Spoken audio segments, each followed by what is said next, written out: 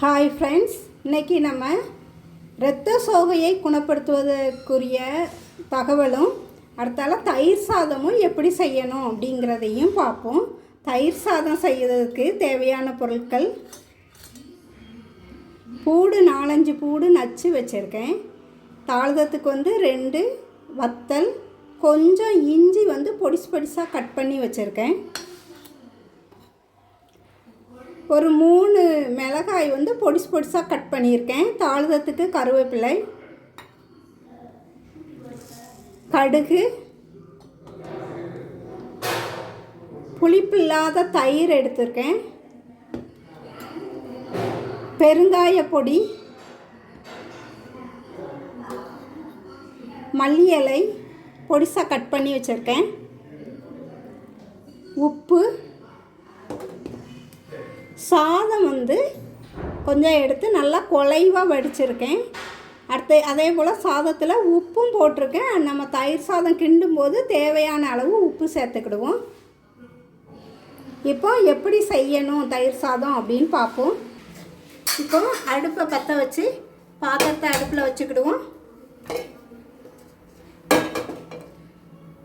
நல்லா பாத்திரம் காஞ்ச உடனே எண்ணெய் இதில் ஊற்றணும்.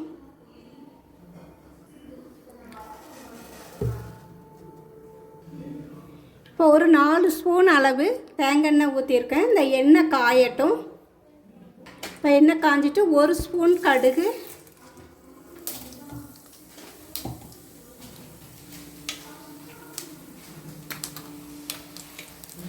வத்தல் 2 வத்தல்,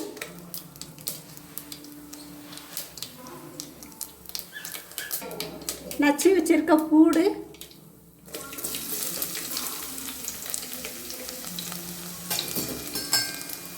இந்த லைட்டாக நல்லா கிண்டி விடணும்.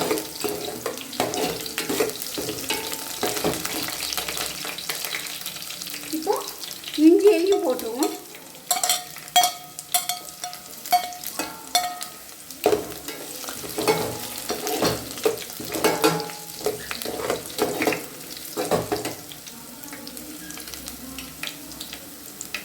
பச்சை மிளகாய்,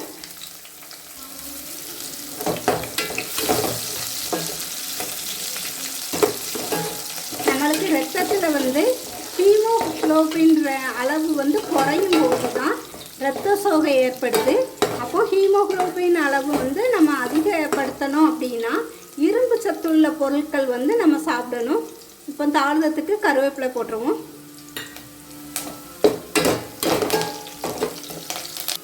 கொஞ்சமாக காயப்பொடி, பெருங்காயப்பொடி,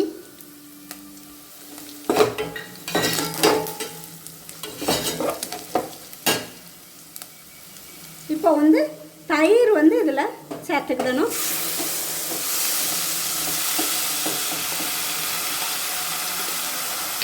நான் இந்த கிண்ணத்துக்கு 3/4 கிண்ணம் தயிர் சேர்த்துருக்கேன்.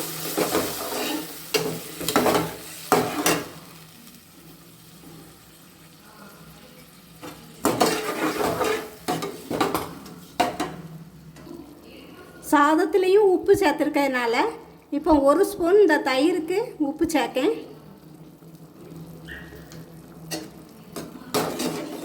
கொஞ்சம் சூடானதும் சாதத்தையும் போட்டு நம்ம இதில் கிண்டணும். இரும்பு சத்து உள்ள பொருட்கள் நம்ம சேர்த்தோம்னா ஹீமோகுளோபின் கூடும் அப்படின்னு சொன்னேன்ல. அது இரும்பு சத்துள்ள பொருட்கள் நம்ம கீரையை அடிக்கடி சேர்க்கணும். எல்லா கீரைகள்லேயுமே இரும்பு சத்து இருக்குது. அதுலேயும் வெந்தய கீரையிலையும் முருங்கைக்கீரையிலையும் அதிகமான இரும்பு சத்து இருக்குது. அதனால் வாரத்துக்கு 2-3 நாட்கள் நம்ம முருங்கைக்கீரையும் வெந்தயக்கீரையும் சேர்த்துக்கிட்டோம்னா நம்மளுக்கு நல்லா ஹீமோகுளோபின் அளவு நல்லா கூடும். இப்போ நல்லா கொதிச்சுட்டு சாதத்தை இதில் சேர்த்துக்கிடுவோம்.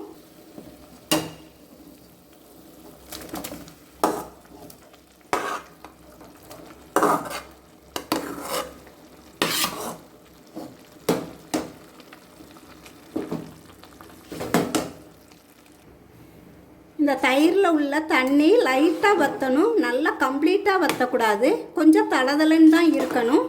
அது வரைக்கும் கொஞ்சம் எல்லா சாதத்துலேயும் தயிர் சேர்றது வரைக்கும் நம்ம கொஞ்சம் அப்படி கிளறி விடணும். சாதம் வந்து நல்லா குழையவும் செய்யணும். குழஞ்ச சாதம் தான், இதை விட நல்லா குழைவாக ஆகும்போது வந்து தயிர் சாதம் நல்லா இருக்கும். அதே போல் ஹீமோக்ளோபின் கூடுததுக்கு வந்து விதை உள்ள கருப்பு திராட்சையை வந்து நம்ம நைட்டு ஒரு 4-5 திராட்சையை நைட்டு ஒரு டம்ளரில் சுத்தமான டம்ளரில் தண்ணி ஒரு அரை டம்ளர் தண்ணி எடுத்துக்கிடணும்.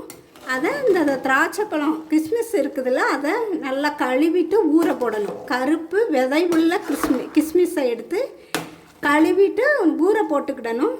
காலையிலேயே அந்த தண்ணியையும் கிஸ்மிஸையும் எடுத்து சாப்பிட்டுக்கிட்டே வந்தோம்னா நல்லா இரத்தத்தோட அளவு வந்து கூடும்.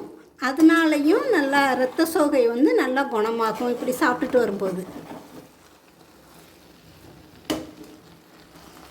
இப்போ பாருங்கள், நல்லா குழைவாக ஆயிட்டு தயிர் சாதம் இப்படி தான் இருக்கணும்.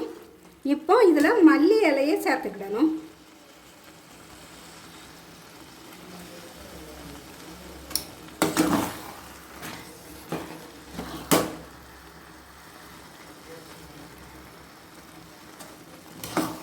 அதே போல் நம்ம வந்து நல்ல ஒரிஜினல் கருப்பட்டி, நல்ல கருப்பட்டி வாங்கி அதில் வந்து மல்லி காப்பி போட்டு டெய்லி நம்ம சாப்பிட்டுட்டு வந்தாலும் இரும்பு சத்து நம்மளுக்கு நல்லா கிடைக்கும். அதனாலேயும் நம்மளுக்கு வந்து ரத்தத்தில் உள்ள ஹீமோக்ளோபின் அளவு வந்து நல்லா கூடும். இப்போ வந்து தயிர் சாதம் ரெடி ஆகிட்டு, இப்போ பாருங்கள் தயிர் சாதம் நல்லா ரெடி ஆகிட்டு